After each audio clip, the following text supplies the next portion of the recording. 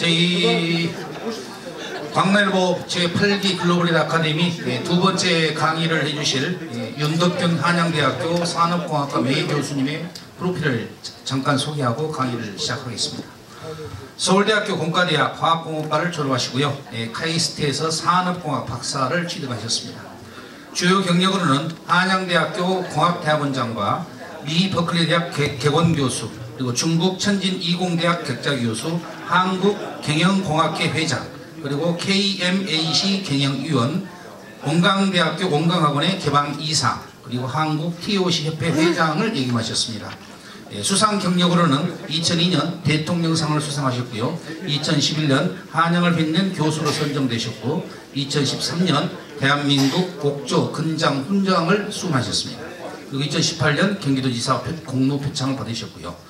주요 저서로는 포스트 삼성 대한민국 미래를 예측한다, 그리고 품질한국 희망 프로젝트를 말한다 등의 다수의 저서가 있고요. 오늘 강의 주제는 더 큰 대한민국 희망 프로젝트를 말한다. 우리 윤덕균 한양대 매 교수님의 뜨거운 박수 모시겠습니다. 네, 안녕하십니까. 사실은 제가 오늘 여러분들에게 굉장히 감사해야 하는 게 지금까지 석 달 동안 강의를 한 번도 못했어요. 제가 1년에 한 100번 정도 강의했는데 30번 전에 오늘 1월달 강의 2번 하고 오늘 3번째 강의. 어쨌든 여러분들도 뭐 저만큼 고생이 많으시다고 이제 생각을 드리는데, 오늘은 그런 의미에서 한국의 희망 프로젝트를 말씀을 드리려고 합니다. 제 이 강의는 참 잘하는 강의예요. 그래서 국가공무원 인재개발원에 동영상 거기 들어가시면 동영상 강의 36번하고 37번이 제 강의가 거기 들어있습니다. 그리고 거기에 들어가면 명강의 선집에도 제 3집에 이 내용이 있습니다. 참조하시면 좋겠습니다. 이제 사실은 이 강의를 하도 제가 1년에 한 100번 정도 강의하니까 강의 노트를 바꿀 시간이 없었어요. 근데 이번에는 한 석 달 노니까, 그래서 완전히 이 강의 노트가 완전히 리모델링 된 거라서 여러분들이 리모델링 된 강의의 첫 강의 수혜자다 이렇게 말씀을 드릴 수 있습니다. 자, 좋습니다. 그러면 지금을 우리가 뭐라고 하면 비노멀 시대다 이렇게 하는데, 여러분들은 잘 아시는 것 같이 비노멀의 7가지 키워드가 뭔가요? 비대면, 비접촉, 원격. 원격 중에서도 가장 대표적인 게 원격 교육, 원격 성교, 원격 의료 이렇게 얘기하죠. 지금 중고등학교 선생님들 난리 났죠? 왜요? 원격 교육이 되니까 학부모들이 전부 매일 강의를 지금 총강하고 있잖아요, 같이. 그래가지고 뭐 누구 선생 잘하더라 잘못하더라 해가지고 지금 학교가 다 완전히 뒤집어지는 거다 이제 이렇게 되고요. 우리가 이때가 아니었으면 의사님들 반대 때문에 뭘 못해요? 원격 의료를 못 해볼 텐데, 이번에 한 10만 건 정도 의료 보험 원격 의료를 했다는 것은 코로나의 은혜 중에서 최고의 은혜다 이렇게 말씀드릴 수 있습니다. 그다음에 여러분들 잘 아시는 디지털화 되고요. 그 다음에 또 뭐가 있나요? 비공용. 이제는 옛날은 같이, 예를 들어서 아마 여러분들이 식당에 가더라도 된장찌개 하나 같이 놓고 퍼먹지는 않잖아요. 다 각자 뭐 그게 공유가 다 무너지는 형태고. 그 다음에 이제 여러분들 잘 아시는 반세계화. 누구? 트럼프 미국 이민 안 받겠다는 거잖아요. 반세계화. 그 다음에 이제 마지막으로 물류중심 사회가 되더라. 지금 유통업에서 온라인 그 구매가 몇 프로? 60%. 이제 오프라인은 40%밖에 되지 않아요. 그게 이제 이런 식으로 해서 완전히 패러다임이 완전히 바뀌는 이런 시절이 됐다 이렇게 이제 말씀을 드리고, 그래서 이제 오늘의 강의 주제는 뭐냐면은 이 엄청난 난국 속에서 희망의 씨앗을 찾아보자 하는 것 중에 이제 제가 여러분들 잘 아시잖아요. 그 나라가 어지러웠을 때 누가 이순신 장군이 뭐라고? 저에게 배가 몇 척 있다고?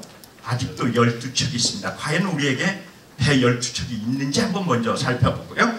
그 다음에 미래학자들은 대한민국을 어떻게 보는지, 그 다음에 마지막으로 더 큰 대한민국 희망 프로젝트를 이야기하는 시간으로 강의를 꾸몄습니다. 그런데 오늘 사실은 80분 강의로 꾸려놨던 거를 여러분들이 30분 까먹으시고 50분으로 하락해서 엄청난 속도로 달려가기 때문에 여러분들이 질문이 없으면 그냥 막 넘어갑니다.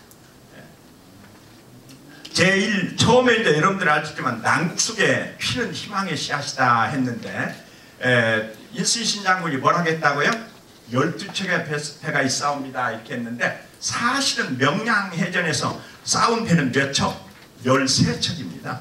그때 이제 12척은 마담에는 이제 원래 가지고 있었던 거고 그 뒤에 이제 한 척을 이제 더 넘어가지고 13척 대 일본의 수군은 몇 척이었다고요? 133척이었는데 우리가 이겼다 이제 이런 것을 가지고 우리 말씀드려 보도록 하겠습니다. 제 희망의 제1척은 누구냐? 여러분들 시젠 하면 아시나요? 시젠. 이 시젠 하면은 요새 주가 좀 올라갔죠? 진단 키트 개발해가지고 대통령이 여기 가셔가지고 마담은 했고 대통령이 콧대를 높여준 거죠. 유럽에서 대통령한테 전화와가지고 그 진단 키트 좀 살 수 없냐 얻을 수 없냐 이렇게 해가지고 콧대를 높여준 사람 이 사람이 천종윤인데 이 사람뿐만 아니고 여러분들 아시는 오상 헬스케어라든지 코로나 바이러스 진단 키트를 개발한 5개의 회사들이 있습니다. 이게 지금 세계에서 한국의 미래를 짊어지고 있다 이렇게 얘기할 수 있습니다. 그 다음에 두 번째는 누구냐? 이 사람은 혹시 기억하실지 모르겠는데 요새 또 주식시장에서 잘 나가는 주식 중에 하나가 뭐예요?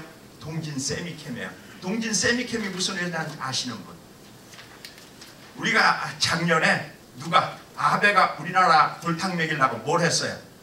삼성전자 반도체 말하자면 소재 3개를 갖다 금수했을 때 이걸 얼마 만에 3개월 만에 완전히 그냥 국산화에 성공시킨 사람이에요.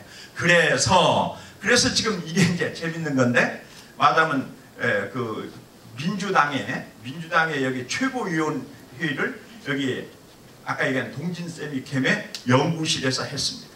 그러니까 이제 좀 미안한 얘기인데 전부 하기는 뭐 중소기업 사장들이 하고 폼은 누가 잡고 정치인들이 다 폼은 잡고 이제 이런 형태인데 어쨌든 그 말하자면 우리 문재인 대통령 폼나게 해준 두 번째 사람이 누구냐면은 동진 세미캠의 말하자면은 이부석 회장이다 이렇게 얘기할 수 있어요. 세 번째는 뭐 여러분들 잘 아시죠? 삼성전자죠. 삼성전자 어떤 회사예요? 일본에 이제 제일 잘 나간다는 회사들이 이제 있는데 그 삼성전자가 어떤 회사냐 이렇게 하고 이제 보면은 일본의 NEC, 파나소닉, 후지츠, 샤프, 소니라고는 일본의 5대 전자회사의 시가총액을 다 더하면 삼성전자의 4분의 1입니다. 일본 전자산업의 모든 전자회사의 시가총액을 다 더하면 삼성전자하고 이권이에요. 대단하죠? 우리나라 경제 규모가 일본에 얼마밖에 안 돼요? 3분의 1밖에 안 되는데 맞다면 삼성전자 하나가 일본의 전 전자산업을 석권했다는 것은 엄청난 일이고 요새 여러분들 뭐라고 그래요? 동학개미들 하잖아요. 동학개미들이 지금 뭘 사요? 삼성전자 주식을 사는데 이게 이제 어떻게 될 건가? 이게 아주 재밌을 것 같아요. 이 동학개미들의 움직임이 재밌을 것이다. 네 번째는 여러분들이 이제 좀 어렵다 해도 현대중공업입니다. 현대중공업이 지금까지 어때요? 조선 산업을 한국을 이끌어왔고 얼마 전 작년 재작년에 어디한테 뺏겼어요? 1위를. 중국한테 뺏겼다가 작년 후반서부터 다시 세계 1위로 이렇게 올라선 회사 중에 하나가 현대중공업입니다. 그 다음에 또 뭐예요? 포스코. 세계 최고의 뭘 가지고 있어요? 철강공업의 경쟁력을 가지고 있는 포스코다 이렇게 얘기할 수 있습니다.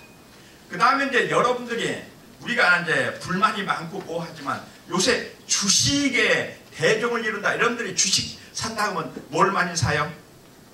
아까 얘기한 대로 삼성 말하자면 반도체, 소재, 말하자면 그 동진 이런 거 말고 그 다음에 두 번째 사는 게 뭐예요? 수소차. 지금 세계 최고의 수소차를 만드는 회사 어떤 회사? 현대자동차입니다.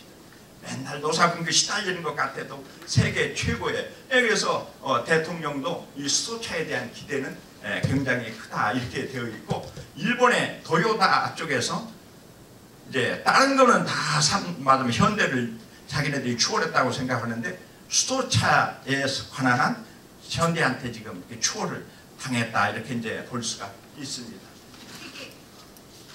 그 다음에 이제 여러분들이 잘 아시는 우리 뭐예요? 요새 주식 잘 나가는 주식하면 또 뭐예요? 5G죠? 말하자면 5G. 그 5G 세계에서 최초로 뭐를 개통한 나라? 5G를 개통한 나라. 지금 그것들이 통신사들이 세계 1등입니다. 그 다음에 8채는 뭐예요? 우리가 불만 많고 뭐좀 이렇게 하지만 그래도 세계 최고의 우리나라의 기업의 경쟁력을 갖다 준 회사가 어떤 회사? 한국전력입니다. 세계에서 가장 값싸고 가장 질 좋은 전기를 생산하는 회사가 어떤 회사냐? 한전입니다. 요새 좀 망가졌죠? 이래저래 좀 망가졌지만 세계 최고. 그래서 KPMG 세계 146개국 평가에서 한전이 세계 1위의 전기 품질을 인증을 받았습니다. 그 다음에 희망의 9척은 뭐냐? 우리가 요새는 그걸 못 보죠? 옛날에 박정희 대통령 때는 뭘 봤어요? 왜 기능올림픽에서 1등 했다고 이렇게 카퍼레이드 하는 거 봤잖아요. 그랬는데 요새는 못 봤는데 우리가 지금 기능올림픽에서 몇 번 우승했다고요? 18번 우승을 했습니다. 16번 우승하니까 이제 우승해봤자 별것도 아닌 게 돼버렸지. 우승의 일상화가 돼가지고 그랬는데 이게 얼마나 대단한 일인지 우리 국민들은 모릅니다. 이게 근데 한 일화를 소개를 하면은요. 일화를 소개하면은 한전하고 아부다비하고 뭘 했어요? 그 아랍에미리트하고 원자력 발전소 수출 계약을 맺었잖아요. 수출 계약을 맺으려고 사인을 하는데 갑자기 아랍에미리트에서 르네하고 사인하기 전에 옛날에 말하면 산업기술공단이라는 데가 있어요. 산업인력공단이라는 데. 거기 이사장이 와서 먼저 사인을 하라 이렇게. 그 사람하고 무슨 원자력 발전소가 무슨 상관이 있는데 하고 물어봤더니 그 사람이 그 아랍에미리트의 왕자가 우리나라가 카나다에서 기능올림픽에서 우승하는 것을 그 사람이 목격을 한 거예요. 그래서 저렇게 세계 최고의 기능을 가지고 있는 나라라면 원자력 발전소 잘 지켰지. 그러니까 너네가 원자력 발전소를 갖다 우리가 지어주는 것보다 먼저 해야 될 일이 말하면은 그 유재석이라는 사람이 이제 그때 산업인력공단 이사장이었는데 기능 강국이 된 한국의 비법을 주겠다고 먼저 사인을 해라. 그러면 우리가 원자력 발전소를 사겠다고 이렇게 한 사람이에요. 이거 말하자면 우리는 우습게 하는데 세계에서 가장 우리를 놀라게 하는 것 중에 하나가 국제기능 올림픽이다 이렇게 얘기를 할 수 있고요. 그 다음에 이제 여러분은 뭐 다 아시는 뭐 있어요? 봉준호 감독이죠? 이번에 뭐예요? 여러분들이 굉장히 아카데미 작품상을 수상한 이제 이 사람, 이게 세계적인 사람이죠. 12번째는 누구라고 했으면 좋을 것 같아요. 여러분들이 혹시 남이섬에 가보신 분 계세요? 거기에 강우현 지금 부회장인데 이게 이제 은퇴를 해가 사장에서 은퇴한 분인데 이분이 대단히 대단하신 분이요. 그래서 여기 이제 남이섬이라는 말하자면 섬이 옛날에 여러분들 가보신 분 알겠지만 형편없는 섬이었어요. 그런데 이거를 갖다가 한 13만 평 되는데 이것을 잘 개발해 가지고 요새 외국인이 얼마 정도 여기를 방문하게 만들었냐면 130만 명이 방문하게 만들었습니다. 그러니까 여기에 이제 좀 제가 어떻게 생각할지 모르겠는데 여기 신안군에 근무하는 사람이라든지 이런 사람들은 한번 가봐도 괜찮을 거예요. 신안군 같은 데 보면 13만 평 되는 섬들 많이 있잖아요. 그것을 남이섬 같이 개발하면 외국인 관광객을 몇백만 끌어들일 수 있는지를 우리가 볼 수 있다라는 그런 우리나라의 어떤 관광에 나아갈 바를 제시한 사람이 강우현 회장님이십니다. 그래서 여러분들 한 번쯤 이제 이렇게 보죠. 여러분들이 시간이 나시다면 여기에 우리 이제 강남일보의 최고경영자 과정에 이분 한번 초청에다가 어떻게 남이섬을 세계적인 관광지로 만들었는지 노하우를 한번 들으셔도 괜찮을 것 같은 이런 분이십니다. 그 다음에 이제 여러분들 잘 아시는 게 뭐예요? 이제 마지막 13번째는 위기가 닥치면은 항상 뭐 하는 사람들? 말하자면 국가의 위기에 대처하는 우리 민초들. 옛날에 금모으기 했었던 민초들. 그리고 이번에도 보면은 우리가 그 사람들을 뭐라고 불러요? 코로나 의병이라고 부르잖아요. 그죠? 대구에서 코로나 문제가 터졌다니까 의사들, 간호사들이 몇백 명이 말하자면 자원봉사자들이 뛰어들었잖아요. 이게 좀 미안한 얘기인데 지금 우리나라의 그 마담은 대통령서부터 이렇게 쫙 보면은 마담은 뭐 코로나를 굉장히 잘 대처한 것 같이 폼 잡지만 그 밑에는 뭐가 깔려 있어요? 민초들의 그 희생이 깔려 있었다는 걸 우리가 기억을 하실 걸로 생각을 합니다. 이 마담 전라남도 어떤 땅 아까 명랑 대첩에서 뭐 했어요? 우리 그 민초들이 그때 마담은 왜군이 쳐들어올 때 열세척 이순신만 막은 게 아니고 민초들이 뭐 했어요? 강강수월래를 부르고 했었던 걸 아마 여러분들이 기억하시리라고 생각을 합니다. 그 민초들 이것이 13번째 배다 이렇게 얘기할 수 있죠.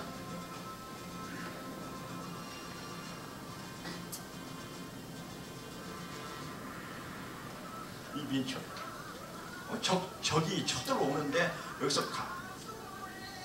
그러니까 전 국민이 마담은 명랑 대첩을 맞은 거지 대열세척만 가지고 막은 건 아니거든요. 우리가 이제 보면은 이순신이 열세척으로 막았다 하지만 이 민초들이 이 노래들 이것을 우리가 기억하실 필요가 있다 이렇게 말씀을 드릴 수가 있습니다. 자 그러면 이제 대충 몇 척 얘기했어요?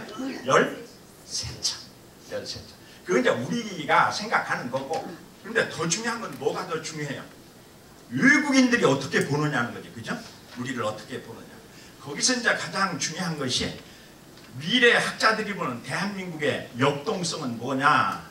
여기 이제 우리 하나하나 이렇게 보시도록 하십시다. 학습을 주도할 하버드 대학 MBA 과정의 공부벌레들이 Actually, the dynamic nature of Koreans here, ability to deal with change and to move different markets with technology. I think the most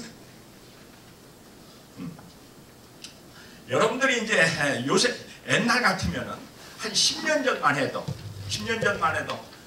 우리나라의 전 주식의 시가총액이 미국의 G라고 하는 회사의 시가총액이 얼마밖에 안 됐어요? 3분의 1밖에 안 된 적이 있습니다. 그 G의 회장이 누구예요? 옛날에 유명한 제겔치였죠. 제겔치가 이상한 거예요. 여러분들이 아시겠지만 IMF를 몇 년 만에 벗어나요? 3년 만에 벗어납니다. 그 다음에 두 번째는 뭐야? 2008년에 금융위기를 그냥 벗어난 거예요. 들어가지도 않고 벗어난 거예요. 이 한국의 역동성 뒤에는 뭐가 있느냐라고 이렇게 조사를 해봤더니 뭐가 있더라고? 다이나믹 코리아가 있더라. 그 다이나믹 코리아를 이루는 원동력이 뭐냐 했더니 사물놀이 패더라 이래가지고 지에 맞으면 그 제겔치가 야 너네 임원들 너들 가가지고 딴 거 할 거 없이 한국에 가서 사물놀이나 하고 좀 하고 와라. 근데 지에서 가장 필요한 게 뭐야? 다이나믹스, 역동성. 그래서 지금 이렇게 여기 와서 교육을 받는 겁니다. 지금 여러분들이 말이에요. 여러분들이 옛날에는 미국의 MBA가 실습을 한다면 어느 나라로 갔어요? 일본의 어디? 도요타로 갔잖아요. 그리고 어디로 갔어요? 소니로 갔지 않아요. 히다치로 갔지 않아요. 갔잖아요. 근데 지금 일본에 히다치에 갈 필요 있어요? 없잖아. 히다치를 때려잡은 놈이 누구야? 현대중공업이잖아. 때려잡힌 놈보다 때려잡은 놈을 보러 가야지. 아까 얘기한 대로 소니를 보러 가는 게 아니라 어디로 가요? 한국으로.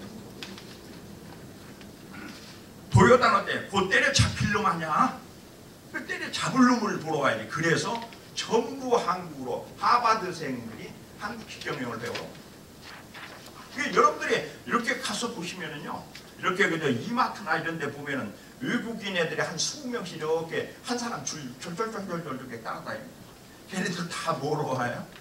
월마트나 이런 데서 한국의 이마트 맞으면 배우러 옵니다.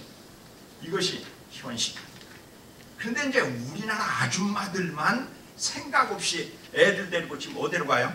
미국 유학 가요. 지금 미국 애들은 한국 보러 오는데 우리는 미국 간다 이거 자기 남편은 뭘 만들어 놓고 기러기 만들어 놓고 가는 거 보면은 참 한심해. 그걸 잘하는구나. 저 뽀를 어떻게 당하려고 저 짓들을 하는가 하고 보일 때가 있습니다. 여러분들이 이제 이 인에는 뭐가 있느냐? 한국인의 뭐예요? 스피드 본성. 우리가 옛날에 한국 사람 하면 결함이 뭐라고 그랬어요? 빨리빨리. 근데 지금 같은 스피드 시대에서는 그것이 가장 큰 강점이래요. 우리나라 사람들 어떠냐? 세계에서 주식을 갖다가 말하자면 딴 나라 같은 데는 한 10번 왔다 갔다 한다면 우리는 1년에 몇 번을 사고 팔아요? 100번씩 사고 파는 사람이 있습니다. 사흘 만에 한 번씩 팔았다 샀다 팔았다 샀다 오두 방정들을 떤다. 또 다른 면에서 보면은 아파트. 미국이나 영국 같은 건 100년은 써야 아파트를 재개발하는데 우리는 몇 년만 되면 20년만 되면 재개발하겠다고 오두 방정들을 떨지 않아요? 우리나라 대통령들은 다 어때요? 여러분들 아시겠지만 그 장관을 갖다가 1년 4개월, 1년 3개월 맨날 장관 바꾸는 게 굿이잖아요. 여러분들이 CEO의 임기는 세계적으로는 한 CEO를 한번 임명한 7년, 8년인데 한국은 2년이면 바꾸잖아요. 그런데 이 속성은 우리의 본성이라는 게 그게 뭐냐면 세계에서 무슨 경진대회를 했냐면 어린애들 대소변 가리기 경진대회를 했는데 한국 애들이 1등 했대. 이제 대소변을 빨리 가리는 거예요. 딴 나라에 비해서. 이것이 한국의 특징이다 이렇게 얘기하는데 이번에 이것이 빛을 발한 게 뭐예요? 요새 K배송이라고 그러잖아요. 전 세계가 뭐에 다 휩쓸려 있어. 사재기가 붙어가지고 뭐 휘지산에 뭐 하는데 우리나라 사재기를 없앤 게 누구라고? 택배 아저씨들의 민초들이라 민초들. 그냥 오늘 주문하면 그 다음날 오는 이 민초가 이 나라를 갖다가 세계에서 빛나게 했다. 우리가 이렇게 얘기하네. 세계가 놀라면 사재기 없는 한국의 탓인가.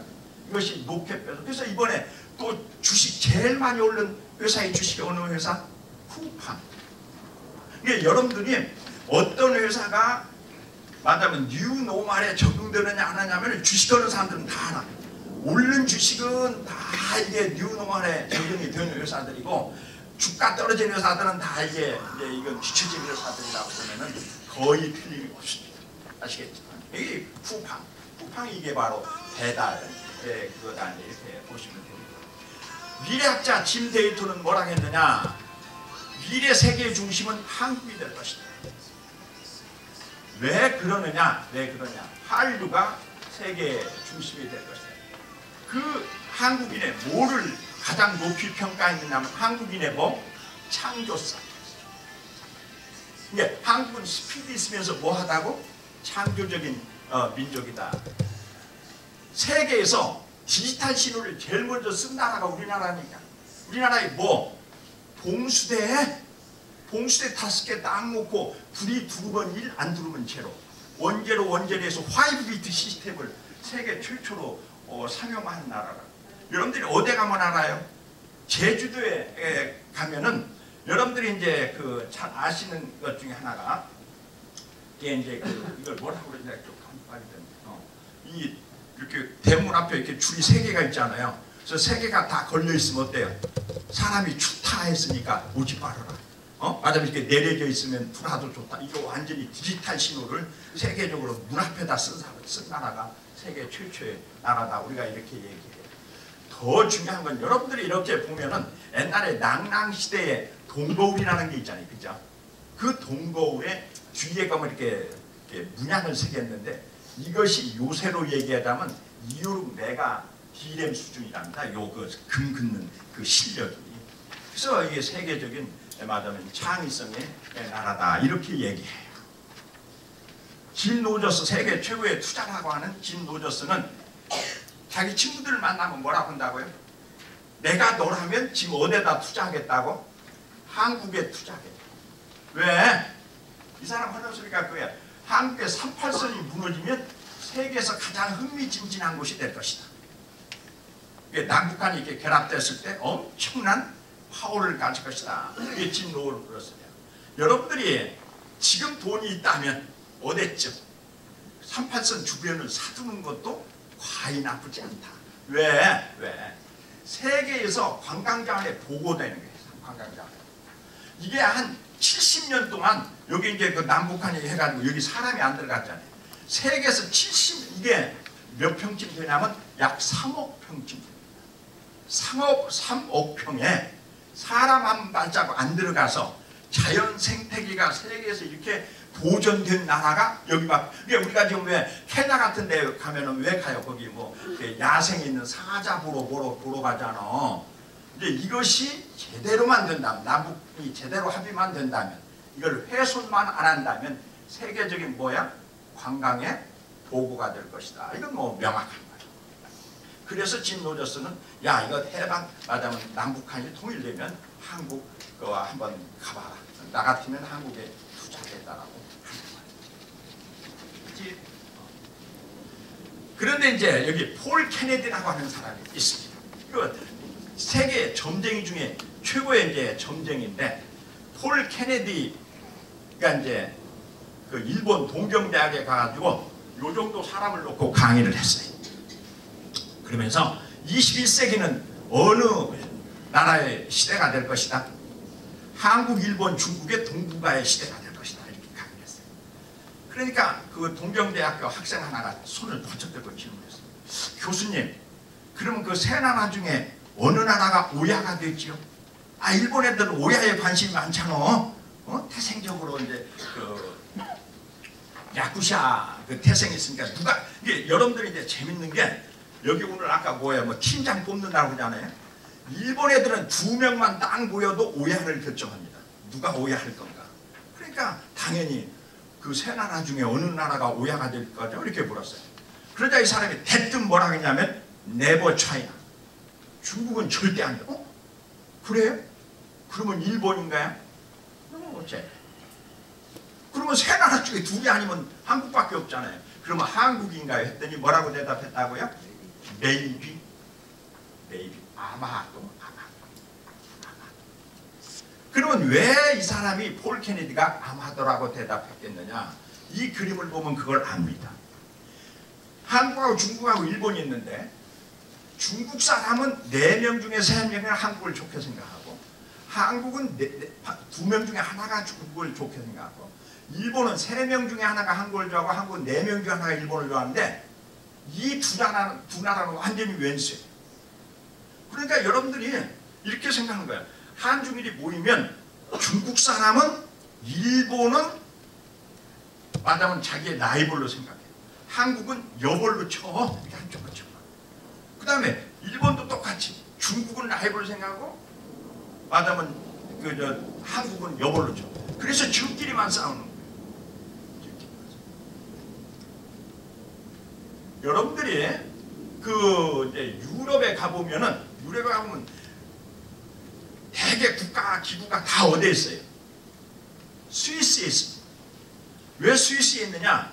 독일에다 두겠다면 프랑스 사람이 죽기 살기로 막고, 프랑스다 두자면 독일 사람이 죽기 살기로 막아요. 스위스다 두자면 야, 그 병신 하나 먹어라, 이런 식이야. 그래서 어떤 때 보면은 정치나 외교적에서 보면 병신이 일낼 때가 참 많잖아요. 예, 그렇다. 우리나라에서 대통령은 어느 도에서 만들어요? 충청도. 전라도고 경상도가 첨예하게 대입을 하기 때문에 충청도가 어느 쪽의 분야에 따라서 과반수가 결판이 난다니까. 그러니까 이제 이렇게 대통령 후보들이 많이 있을 때 저 사람이 대통령 될 수 있을까 없을까는 뭘로 결정해요? 충청도에서 어떤 지지를 받느냐 못 받느냐. 여러분들 아시겠지만 김대중 대통령이 전라도 가지고 대통령 못해요. 그런데 김종필 총리의 충청도 지지를 받으니까 이게 충청도가 모든 걸 결정해요. 그래서 여기서 여러분들 아시겠지만 한국이 중국이나 일본만은 못해도 얘네들이 뭘 가질 수 있는 나라라고? 캐스팅 보드를 이렇게 줄 수 있는 나라예요. 그게 지금 우리나라의 지금 외교를 우리나라 대통령들이 다 개판으로 하는데, 개판으로 어떻게 해야 된다고? 중국하고 붙을 것도 같다, 일본하고 붙을 것 같다, 이렇게 간을 녹여야 이게. 그 여러분들 충청도가 잘하는 게 그거잖아요. 간에 붙었다, 이렇게 경상도에 붙었다, 전라도에 붙었다, 이렇게 왔다 갔다 하니까 충청도에 이거를 받는 거고 똑같은 이치다, 이렇게 이제 보면 좋습니다. 어쨌든 그런 측면이에요. 자, 그러면 왜 일본이 노냐? 여러분들이 이제 이렇게 보면은 저 사람이 대통령으로서의 그릇이 되는지 안 되는지 이런 걸 이제 볼 수가 있잖아요. 그것이 안 되면 안 되는 거지. 안 되는데 일본이라는 나라는 뭐로서 지원으로서의 그릇이 된다 안 된다? 못 되는 거예요. 이게 여러분들이 일본이 한때는 미국의 거의 GNP에 비슷하게 쫓아간 적이 있어요. 그런데 안 되는 거게 뭐냐면 뭐를 가지고 있어야 돼? 이 궁율심이 없어가지고는 안 된다고. 여러분들이 이제 잘 아시겠지만 이게 이제 누구예요? 그 황군파들. 이게 아직도 말하면 덴노헤이카 찾고 하는 이런 사람들. 그리고 그 아까 이제 조금 얘기를 했습니다만은 한국하고 일본하고는 어때요?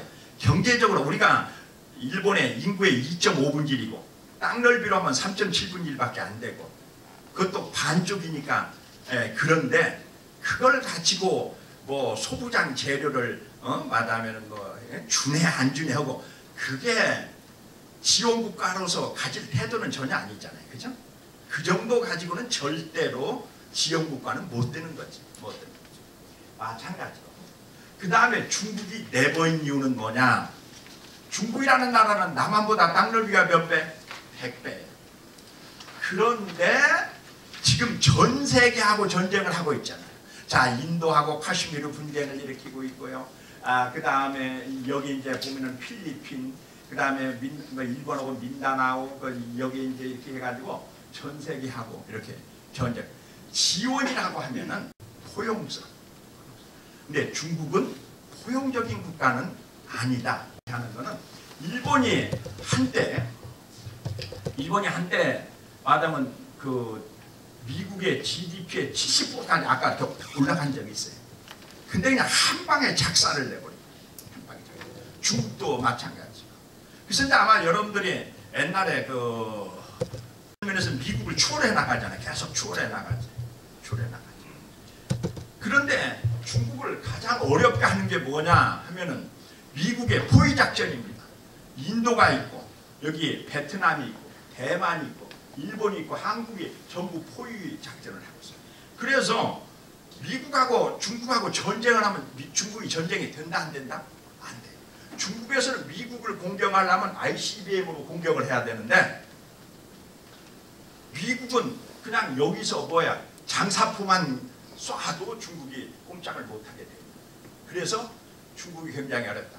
그러면 중국이 이것을 타개할 방법이 뭐겠느냐? 뭘 것 같아요? 여기 딱 답은 하나입니다. 그것이 뭐냐면은 안중근 선생님께서 말씀하신 동양평화입니다. 한국하고 중국하고 일본이 뭐가 되는 거야? 한편이 되는 방법 외에는 없습니다. 그것을 안중근 선생께서 주장을 하십니다. 이 세 나라가 한중일이 동북아 말하면은 그 동양 평화를 해가지고 한국하고 일본하고 세 나라가 한 나라가 돼서 어디하고 붙자? 미국하고 붙자. 이렇게 하면 되는데 그러려면 중국이 뭐를 해야 된다? 통 큰 양보를 해야 됩니다. 통 큰 양보. 그러면 한중일의 결합이 일어날 거고 그러면 미국은 이제 기밥을 할 수밖에 없다라고 누가 주장을 했어요? 안중근 선생이 주장을 했는데 요새 설설 중국에서 야 우리 동북아 경제로 가자. 이제는 걔네들이 미국 혼자 붙어가지고는 1대1로 붙어서는 안 되니까 3대1로 가자. 여러분들은 이제 이런 걸 알잖아요. 역사적으로 보면은 큰 어떤 그 독재자가 죽으면은 2인자 그걸 계승을 못할 때는 셋이 뭐를 해요? 연립정권을 만들잖아요. 그게 연립정권으로 갈 수밖에 없다라는 게 저의 결론이고 그때 이제 한국은 동북아 그런데 이걸 다 대비해서 이름을 다 정했잖아요. 서울은 서울이잖아요. 동쪽에 있는 서울 이름은 뭐라고 했으면 좋겠어요? 동경. 북쪽에 있는 서울 이름은 뭐라고 지었으면 좋겠어? 북경. 다 지어놨잖아. 이 한국을 중심으로 한 동북아 시대에 서울 이름을 다 지어놨다니까. 이건 서울이 머리 숫자를 쓰잖아요. 서울. 그리고 이쪽은 뭐야? 말하면 동경. 저쪽은 북경. 그런데 이제 이게 왜 그러냐면은 이 세 나라가 결합을 했을 때는 자 예를 들어서 그래서 지금 여러분들이 아시는 한중일 삼국 협력사무국이 2011년에 벌써 만들어졌어요. 요새 이제 서로 이거 견제하느라고 요게 이제 작동을 안 해서 그렇지 언젠가는 한중일의 그 결합에 대비해서 이 사무소가 만들어졌습니다. 만들어졌어요. 그래서 이제 여러분들이 이렇게 보시면 됩니다. 어떻게 보시면 되냐면 자, 미국은 미주연합이 세 나라가 있죠. 어디? 미국, 카나다, 멕시코. 그 다음에 유럽은 27개 나라인데 27개 나라는 3의 3승국이다 이렇게 표현할 수 있고요. 동북아는 한국, 일본, 세 나라 3나라예요. 그래서 이런 시대를 내가 뭐라고 부르냐면은 33천 세계다 이렇게 불러요. 전 세계가 세 부록으로 나누어지고 그 부록은 세 나라씩으로 짜개지는 33천 하면은 생각나는 거 없으세요? 우리의 염원이 있잖아요. 보신각종을 몇 번 쳐요? 33번. 독립선언서를 몇 명이 읽어? 33명. 첨생대를 몇 단으로 쌓아? 33단. 백운구 청운교를 몇 단? 17단, 16단 합쳐서 33단. 우리나라는 예쁜 여자를 뭐라고 그래요? 삼사모다고 그러잖아요. 이게 33천 세계에 그때 이 나라가 세계의 중심이 될 거라는 걸 미리 예언한 거예요. 그래서 우리가 33 하면은 그저 33 하다 이렇게 해가면서 우리가 하고 있습니다. 그런데 여기서 이제 가장 중요한 거는 뭐냐면 이 나라가 해야 될 일의 가장 대표적인 일이 뭐라고요? 긍휼히 여기는 마음. 또 뭐? 말하면 포용심. 그래서 이제 우리나라가 세계 제일 국가가 지원이 되려면 제일 먼저 해야 될 일은 뭐부터 하지 말아야 된다고요? 그 고아 수출부터 하면 안 돼. 알겠죠? 입양아 수출부터 하면 안 돼. 이제 벌써 이제 지원 국가가 되려면 이게 지금 세계에서 말하면 입양아 제일 많이 수출하는 나라가 어디냐? 중국입니다. 이게 그런 것들이 개선되지 않으면서 지원이 될 수는 없어. 그러니까 우리나라가 뭐를 해야 되느냐?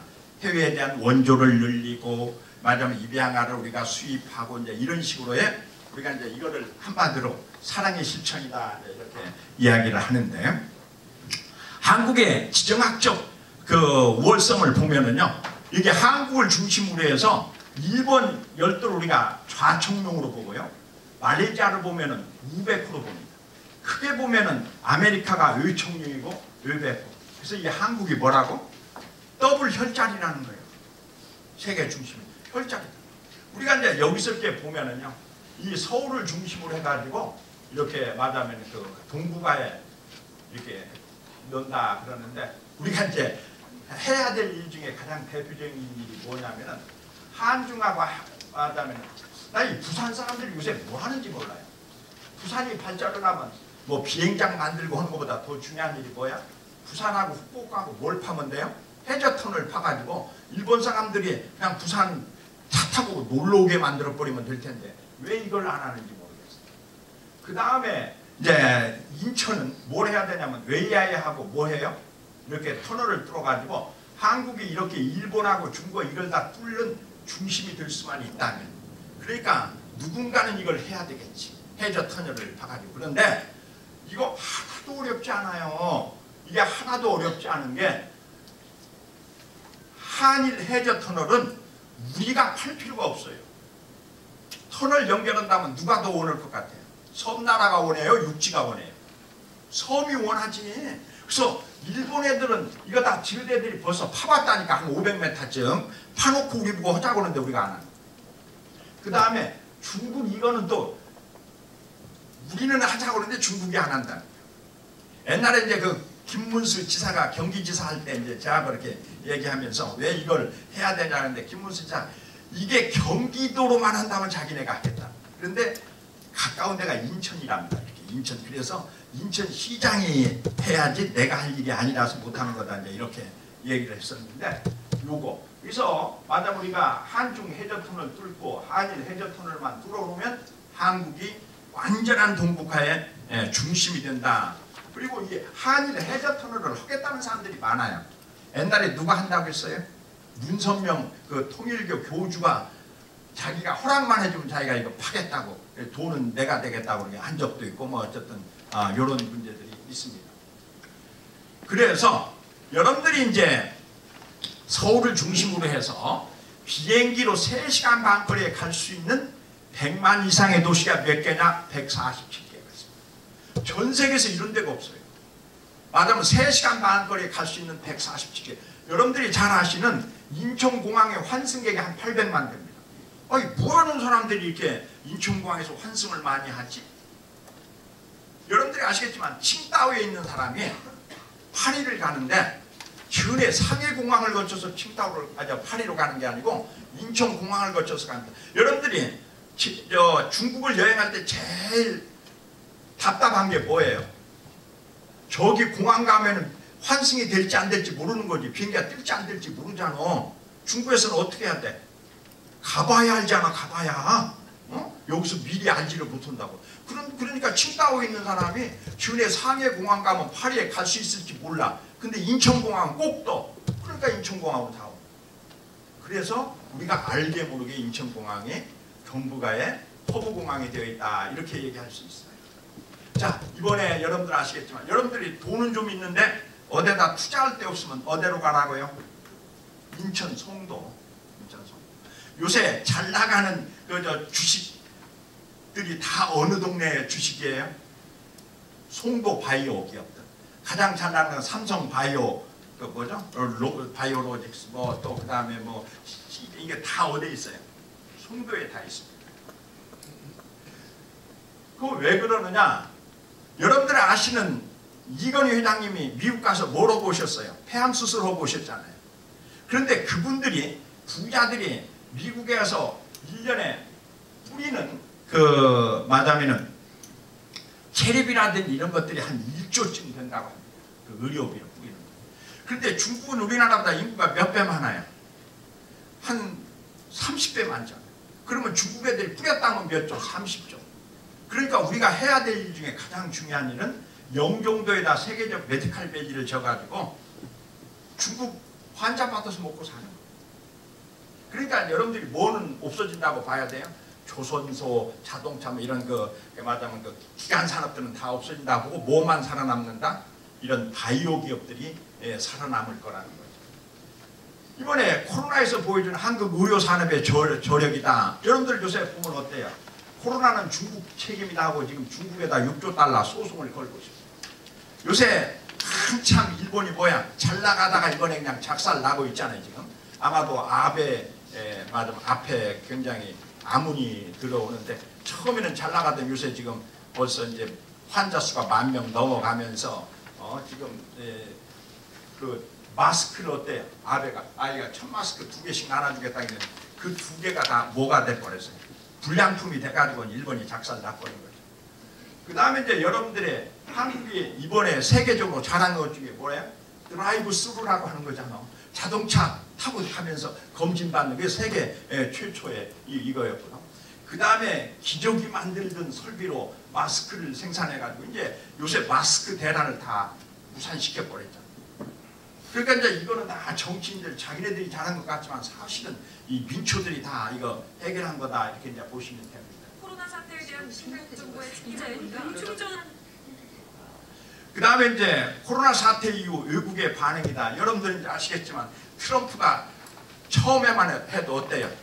이거 마스크 쓸 필요 없다고. 뭔가 한국 애들 못 모르고 지금 마스크 쓴다고 하고 한국 우습게 알다가 요새 완전히 변했잖아요. 그래가지고 한국 보고 의료 장비 좀 지원해달라. 이게 지금 미국 꼴이 아니 돼버리게 된 거죠. 이게 지금 미국 꼴이 안 된 거죠. 이거 왜 그러느냐? 코로나19 확진자가 1000명에서 10,000명까지 느는데 한국이 며칠 걸렸느냐? 37일 걸렸습니다. 근데 미국이 8일, 이게 의료 선진국이라는 미국이나 이런 속도로 가는 우리는 37일 걸렸어요. 이게 세계가 놀란 거예요. 아니 쟤네들이 이렇게 이제 하면서 놀라버린 거죠. 그것이 이제 그 결과 어떻게 됐느냐? 한국 진단기술 세계에서 러브콜을 받고요. 그래가지고 핀란드 같은 데는 비행기를 띄워가지고 한국에다가 검체 보내서 야 너네 진단해서 보내달라. 지금 전 세계가 간편식에서 화장지까지 한국 제품 특수가 일어나요. 여러분들이 요새가 주식하면 돈 벌 때. 이게 망하는 놈 망하는데 지금 돈 버는 주식들 엄청 많습니다. 뭐 말하자면 의료 장비뿐만 아니라 여러분들 생각하면은 제 친구가 옛날에 하던 회사인데 태림포장이라고 하는 회사가 있어요. 그저 골판지 만드는 회사. 요새 그게 완전히 주가가 대박 납니다. 왜? 택배들을 많이 하다 보니까 이게 박스를 많이 써가지고 그냥 그런 것부터 시작해서 제가 옛날에 이렇게 기획한 회사 중에 한국 알콜이라고 하는 회사가 있어요. 알콜 만드는 회사인데 요새 손세정제 한다 해가지고 주가가 엄청 줍니다. 그래서 요새 그렇게 그냥 우리가 알게 모르게 지금 코로나의 은혜를 받는 회사들이 엄청 많습니다. 엄청 많아요. 그러니까 우리가 생각한 것보다는 많아요. 그래서 아마 내년에 보면은 말하자면 이익 성장률 같은 게 몇십 배씩 나오는 회사들이 뭐 마스크 회사 뭐 이런 정도가 아니라 손세정 회사뿐만 아까 포장하는 태림 포장 뭐 이런 회사서부터 쿠팡 같은 회사들 뭐 이런 것들을 엄청나게 지금 남고 있다 이렇게 얘기할 수 있어요. 그래서 이제 코로나19 대박 의료주들이 지금 대박이 나가지고 지금 뭐 400% 오른 주식 그러니까 주가 상승률이 100% 이상 2배 이상 오른 주식들이 여기 쭉 리스트를 적어놨는데 여러분들이 이제 이걸 보시면 될 거고요. 자, 그 다음에 이제 인천 볼까요? 인천은 뭐해 먹고 살아야 되느냐? 중국 관광객 오라는데 인천에 관광 자원이 있어요, 없어요? 아무것도 없잖아. 인천에 무슨 관광 자원이 있어? 그런데 중국 사람들이 좋아하는 게 뭐야? 도박 아니요, 도박. 중국 애들은 마누라 걸고 도박하는 애들이니까. 그래서 인천에다 뭘 차려야 돼? 카지노판을 벌려야지. 그러려면 인천 초등학생들 교육부터 바꿔야지. 인천 초등학교에서 뭘 가르쳐요? 네? 한자. 중학생은 한문, 고등학생은 중국어. 그래서 중국 사람들이 인천에 온 다음에 언어상의 제약은 없게 해야 되겠지. 그리고 이제 대학서부터 카지노과 딜러과 이런 식으로 가야 되겠지. 그래서 인천은 뭔만 해먹고도 살아도 된다고. 중국 만약 카지노 객들만 받아도 된다. 그런데 이제 우리가 여기서 아주 이제 생각을 해야 되는데 이게 광주도 마찬가지고 지금 전국이다 이게 이제 하는데 우리가 먼저 알아야 될 게 중국하고 맞짱 떠서 된다 안 된다? 안 된다. 내가 공학대학원장을 하고 맞으면 공학 교수로 33년을 근무한 사람인데 공학으로 중국하고 맞짱 뜨면 절대 안 된다라는 결론에 도달했어요. 왜? 중국에 1년에 이공계 졸업생이 몇 명이 나오느냐? 470만 명이 나와요. 우리나라 6만 명밖에 안 나와요. 몇 대리요? 80대. 그런데 우리나라는 똘똘한 애들이 다 어디 가? 의대, 약대, 수의대, 치대 다 가고 비리비리 하는 애들이 공대로 가요. 중국은 제일 우스운 애들이 어디로 가요? 공대로 가요. 그러니까 중국하고는 수적으로도 안 되고 질적으로도 안 돼. 그러니까 중국하고 맞짱 뜨는 거는 하면 안 된다. 맞짱 뜨는 건 안 된다. 비껴갈 수 있는 걸로 붙어야지 맞짱으로는 안 된다. 맞짱으로 안 된다. 그런데 이걸 누가 가르쳐줬느냐? 애플의 스티브 잡스가 가르쳐줬어요. 이거 어떻게 하면 되는지를 맞짱 뜨지 않고 되는 방법 잠깐 스티브 잡스 얘기를 들어봅시다. 스티브 잡스의 아이폰은 창조경제의 대표적인 모델 사례로 꼽힙니다. An iPod, a phone, and an internet communicator. An iPod. 아이폰의 핵심은 지금 이제 여러분들이 이 무식한 맞으면 뭐 교수들 와가지고 뭐라고 하느냐? 야, 중소기업들 기술 개발해야 먹고 산다. 아니, 전혀 아니에요. 이 스티브 잡스는 어디에 나온 친구예요? 리드 대학에 철학과 한 학기 다닌 친구예요. 이 사람 기술 알아요, 몰라요? 몰라요. 그러니까 기술 개발해가지고 안 된다는 걸 확 먼저 깨친 거예요. 그러면 어떻게 하느냐? 그래서 여기서 생각한 게 뭐냐면은 창조 경제라는 걸 생각합니다. 창조 경제라고 하는 게 뭐냐?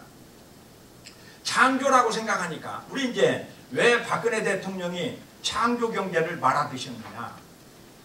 창조라고 하니까 새로운 걸 개발해야 되는 거예요. 그래갖고 말하자면 그 주무장관을 서울공대 전자공학과 교수를 시켰는데, 그러니까 연구 개발한다고 하고 뭐 한다고 하다가 다 말아드신 거예요. 이 스티브 잡스는 뭐한 친구예요? 철학과 한 학기 나왔어. 그러니까 기술을 몰라. 그 대신에 뭐는 있냐? 아이디어는 있단 말이야. 그래가지고 자, 인터넷 있어요 없어요? 있죠. 컴퓨터 있어요 없어요? 있죠. 전화기 있어요 없어요? 있죠. 있는 기술을 융복합을 통해서 새로운 기술을 만드는 걸 생각한 거예요. 그게 스마트폰. 스마트폰에 들어가는 기술은 인터넷이라는 기술, 그 다음에 컴퓨터라는 기술, 전화기라는 기술. 이것을 뭐 했다고? 융복합을 하고. 그러니까 창조경제라고 하는 거는 없는 기술을 만드는 게 아니라 있는 기술을, 그러니까 어떻게 하면 되느냐? 우리 중소기업들이 해야 되는 대표적인 기술 중에 하나가 뭐냐 하면은 스티브 잡스의 아이폰은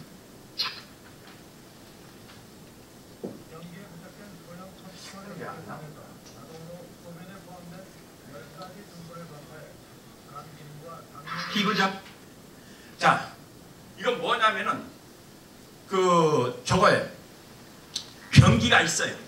변기 있죠. 센서 있죠. 센서. 컴퓨터 있잖아. 그래가지고 변기에다 센서를 붙여가지고 컴퓨터를 붙여가지고 거기서 대소변을 딱 보고 나면 뭐가 딱 나와? 요산치는 얼마, 당뇨치는 얼마 쫙 나오는 거야. 컴퓨터가 있으니까 10년 전하고 비교할 수도 있고 어제하고 비교할 수도 있잖아. 이게 바로 창조경제라고. 창조경제라고는 있는 기술을 융복합을 통해서 새로운 기술을 만드는 것. 이것이 한국이 나가야 될 길이다. 우리가 그냥 창조에 집착하지 말고 융복합이다라는 걸로 이렇게 나가야 된다는 걸 보여주고 있죠. 이게 대표적인 게 그거예요. 자, 제가 여러분들이 들깨가 참깨를 이기는 방법이 있나요, 없나요? 없습니다. 아니, 참기름이 훨씬 낫잖아요, 들기름보다. 그러면 들기름이 참기름하고 맞짱 떠가지고 되겠느냐? 안 된다 이게. 그런데 마담은 처갓집이 동네가 어디냐면 금산인데, 금산에 가면은요 1년에 깻잎으로 459억을 벌고 거기가 인삼이 주종인데 300억 밖에. 그러니까 가만히 보니까 참깻잎보다 들깻잎이 지가 더 낫단 말이에요. 그러니까 기름으로 안 붙고 뭘 붙은 거야? 입으로 붙은 거예요. 뭔 말인지 알겠죠? 들깨가 참깨를 이기는 방법은 입으로 붙는 거예요. 뭔 말인지 알겠죠? 지금 우리가 중국하고 기술로 맞짱 못 뜨게 되면 뭘로 가자는 거예요? 융복합으로 가자는 거예요. 이게 우리가 가야 될 길이지, 뭐 아무것도 모르는 것들이 돌아다니면서 기술 개발해야 되네, 뭐 해야 되네 하고 돌아다니는데, 그것은 뭐라고? 이공계 470만 대 6만을 알고 그런 소리 하느냐 내가. 자, 넘어갑시다. 그래서 이제 서울 같으면 뭐 해먹고 산다고 이제 빨리빨리 넘어갑시다. 서울 같으면은 요새 중국 애들이 한국에 뭐 하러 와요? 명품 사러 오잖아요. 그러니까 우리가 중국보다 나은 점은 명품 산업이다. 이거 우리가 할 수밖에 없다. 부산은 뭐 해먹고 사냐? 그 영상을 하니까. 맞다면은 우리가 봉준호가 다 입증을 했잖아. 우리나라가 영상이 중국보다는 앞선다는 게 입증했으니까 영상 산업 크로스터로. 대구는 뭘로 가느냐? 패션으로 가잖아. 그래서 중국 사람들이 뭐 하면은 패션하면 뭐가 생각나도록 대구하고 딱 되나. 그런데 거기서 왜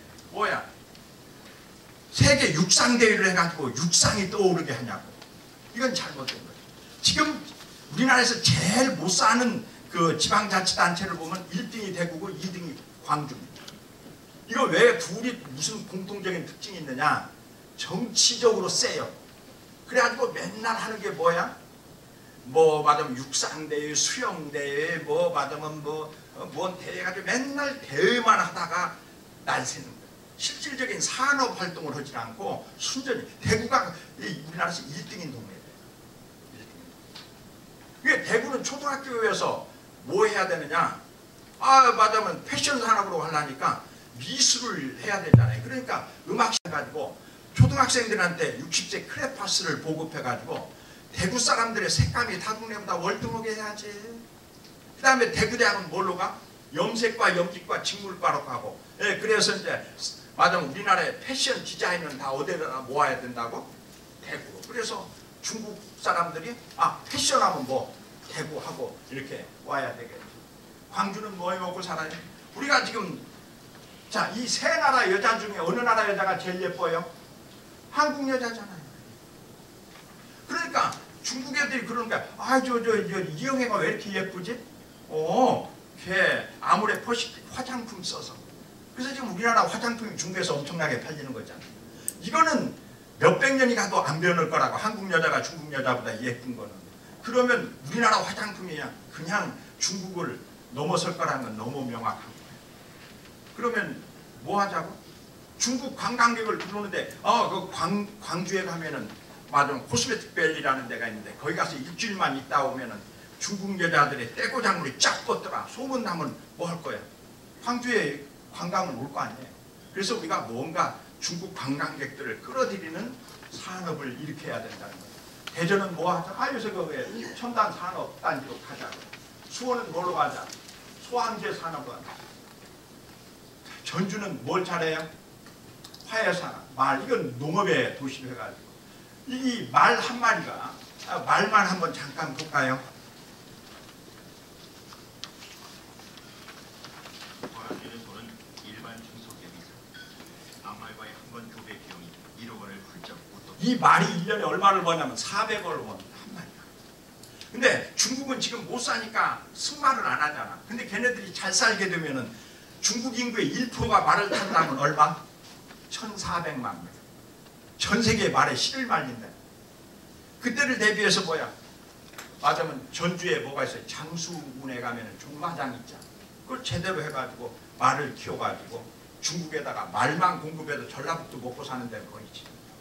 이제 그런 식으로 적어도 100년, 200년을 내다보고 맞으면 그 동네를 개발을 해야 되겠죠. 중국 애들이 제일 좋아하는 게 뭐예요? 짝퉁하냐? 이놈들은 달걀도 짝퉁을 만든다. 그러니까 중국 여자들이 자기는 짝퉁을 먹더라도 우리 새끼는 먹이고 싶지 않다는 거예요. 그래서 중국에서 한국 우유가 3배 비싸도 한국 식품이 팔립니다. 그러면 우리나라의 가장 유망한 산업이 뭐냐고 묻는다면 식품 산업이고, 그 식품 산업을 위해서는 제일 먼저 해야 될 일이 뭐라고? 식품 가지고 장난치는 친구들 몇 사람을 공개 처형을 하든 뭐를 해가지고 중국 사람들한테 뭐라고? 한국 식품은 믿을만하다는 그 믿음성만 줄 수 있다면 이 나라의 식품 산업은 된다 이렇게 봅니다. 그래서 왜 익산에 가면은 식품 산업 클러스터가 있잖아요. 근데 그런 식품 클러스터를 하는 게 중요한 게 아니고, 식품에는 뭐가 중요해요? 믿음. 이거 말하면 한국의 식품은 믿을 수 있다는 이 믿음을 주는 어떤 조처들이 이루어져야 된다고 저는 생각을 합니다. 제주는 여러분들은 아시겠지만 동북아 전진기지, 물류 중심이 될 수 있는 제주기지로 갈 수가 있다. 그래서 이제 다시 정리를 하면은 서울은 명품 산업, 춘천은 만화, 인천은 유흥, 경기는 의료, 대전은 첨단, 대구는 패션, 부산은 영상, 전주는 농식품, 광주는 뷰티, 제주는 관광, 이런 식으로 해서 전국의 동네마다 타고난 저마다의 소질을 개발한다면 이 나라의 미래는 밝다. 왜? 우리 곁에 시장이 얼마의 시장이 있다고? 중국이 몇 억? 14억. 일본이 1억 2,500만, 남북한 합쳐 7,500만 합치면 얼마예요? 시장이? 16억의 시장이 있어요. 그렇기 때문에 우리가 무엇인가 1등만 할 수 있다면, 그러니까 꼭 첨단 산업을 해야 되는 것도 아니고, 그러니까 우리나라 사람들 그냥 멋 모르고 첨단, 첨단, 기계 첨단 하는데, 첨단이 아니더라도 신뢰할 수 있는, 그런 믿음을 줄 수 있는 이런 산업을 한다면 이 나라의 미래는 있다, 이렇게 말씀을 드리면서 결혼은 더 큰 대한민국의 희망 프로젝트를 말합니다. 자, 통일 한국, 그 다음에 일본, 중국을 합쳐가지고, 그래서 1929년에 지금부터 80년 전에 타고리 뭐라고 했다고요? 동방의 등초, 일찍이 아시아의 황금시계에 빛나던 동착의 하나인 조선, 그 등을 한 번 다시 켜는 날 너는 동방의 밝은 빛이 되리라, 이렇게 했었던 이것들이 아마 여러분들이 생각이 날 거라고 생각하고, 지금부터라도 광주가 너무 이렇게 꿈을 쫓지 말고 너무 꿈만 쫓고 현실적으로 우리가 100년 후 또는 200년 후 광주하면은 뭐가 떠오르게 할 것인가 이런 걸 생각하면서 토론을 하고 아마 여러분들이 여기서 이렇게 뵈니까 한 150명 정도가 이렇게 모이셨습니다. 어떻게 보면 브레인스토밍 같은 걸 해서 말하면 광주의 100년 후 광주의 모습 50년 후 광주 그냥 공부하는 것보다는 좀 더 큰 이런 밑그림을 한번 그려보는 것도 좋지 않을까. 그러니까 저는 지금 하나 예만 이렇게 드리는 거니까 여러분들에게 이제 어떤 제안을 하는 거죠. 그래서 그렇게 한다면 이 나라의 미래는 있다 없다? 있다. 이렇게 말씀을 드리면서 이만 강의 마치겠습니다. 감사합니다.